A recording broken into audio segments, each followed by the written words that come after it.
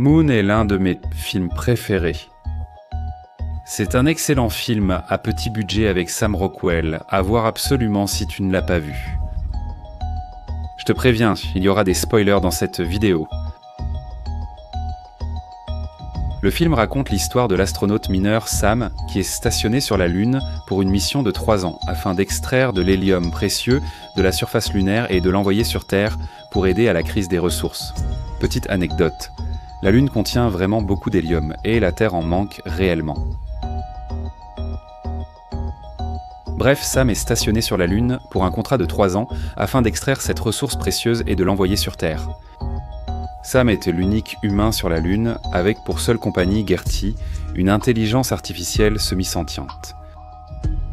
À la fin de son contrat, il trouve une moissonneuse minière en panne et découvre un mystère. Il ignore comment elle est arrivée, étant le seul humain sur la Lune et n'ayant aucun souvenir de l'événement. Il consacre le reste du film à résoudre ce mystère, s'enfonçant dans un complot insidieux lié à la Lune. Sam est en réalité un clone du vrai Sam, périodiquement détruit et recréé.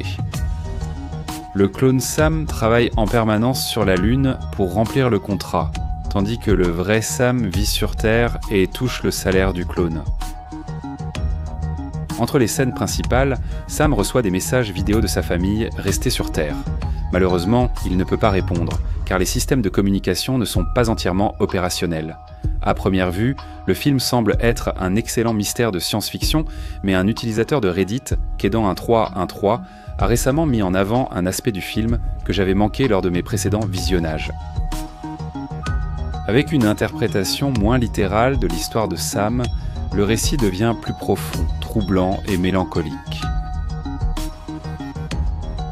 Sam découvre plus tard par hasard des vidéos du vrai Sam stockées dans l'ordinateur. Ces vidéos nous offrent une nouvelle perspective sur l'histoire de Sam et peut-être un récit différent.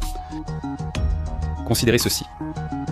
Sam est coincé dans un endroit complètement déconnecté de la vie qu'il souhaite, sans aucun moyen de communiquer ou de s'y connecter. Les messages qu'il reçoit sont uniquement à sens unique. Plus tard dans le film, sa santé physique commence à se détériorer rapidement.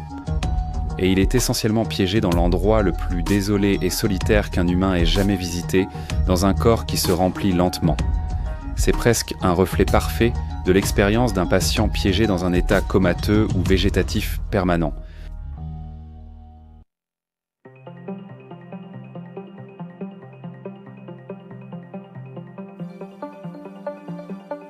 L'installation où Sam vit et travaille est une vaste base minière quasi autonome, nécessitant peu d'intervention de sa part. Elle contient toutes les fonctionnalités de base nécessaires pour maintenir et soutenir sa fonction principale, l'extraction des ressources. Elle contient aussi toutes les ressources essentielles pour maintenir Sam en vie, sans offrir les véritables luxes ou conforts humains de la vie sur Terre. Il manque aussi un élément clé sur la signification métaphorique de l'installation. La communication. Si on prend tout cela en compte, la fonctionnalité de base maintient Sam en vie, mais n'a aucune capacité à communiquer. Alors cela devient une métaphore assez claire pour le corps d'un patient piégé dans un état d'inconscience. Tout au long du film, Sam décline physiquement et lutte en voyant son corps le trahir. Ne comprenant pas pourquoi, il finit par découvrir la vérité sur ce qu'il est. Si vous souffriez d'une condition qui vous enferme dans un corps, dans un état permanent d'impuissance, j'imagine que c'est exactement ce que vous ressentiriez. Cet indice suggère que Sam n'est peut-être pas vraiment sur la Lune. Sam est peut-être allongé à l'hôpital et la Lune et le travail ne seraient qu'une invention d'un esprit sous médicament luttant pour accepter sa situation. Cette idée est reprise plus tard, lorsque les deux clones, conscients de leurs conditions et de leur vie limitée, illustrent la dichotomie des patients en phase terminale. Lutter pour gagner du temps ou accepter la mort inévitable et s'y résigner. Le seul ami de Sam sur la Lune, hormis le second clone plus tard, est l'ordinateur Gertie, chargé de veiller à ses besoins techniques et physiques. Gertie informe Sam sur l'état de l'installation et l'aide à se rétablir quand il est malade ou blessé. Gertie exécute tout cela avec un comportement très professionnel, poli et amical, donnant l'impression d'une connexion humaine, mais sans pouvoir réellement offrir le lien émotionnel dont il a vraiment besoin. Cela pourrait faire référence au personnel hospitalier et aux machines qui prennent soin de son corps sans défense dans son lit, s'occupant constamment de ses besoins physiques, tout en sachant qu'il n'y a rien à faire pour l'aider à se reconnecter à la vie vers laquelle il tend. En somme, les tâches ne font que maintenir la vie qu'il a sans pouvoir lui offrir la vie qu'il souhaite. Cela traduit aussi l'impuissance et la frustration. De nombreux patients en phase terminale ressentent cela lorsque le personnel médical apporte des attitudes positives et des paroles bienveillantes. Ne change rien à la situation.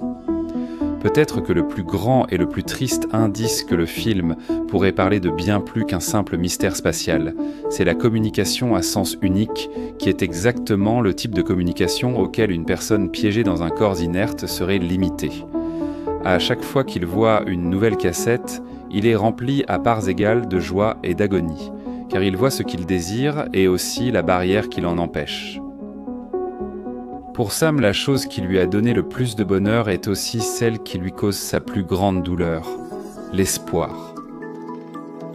Alors que le clone Sam découvre lentement la vérité, il commence aussi à voir la vie qu'il espérait continuer sans lui.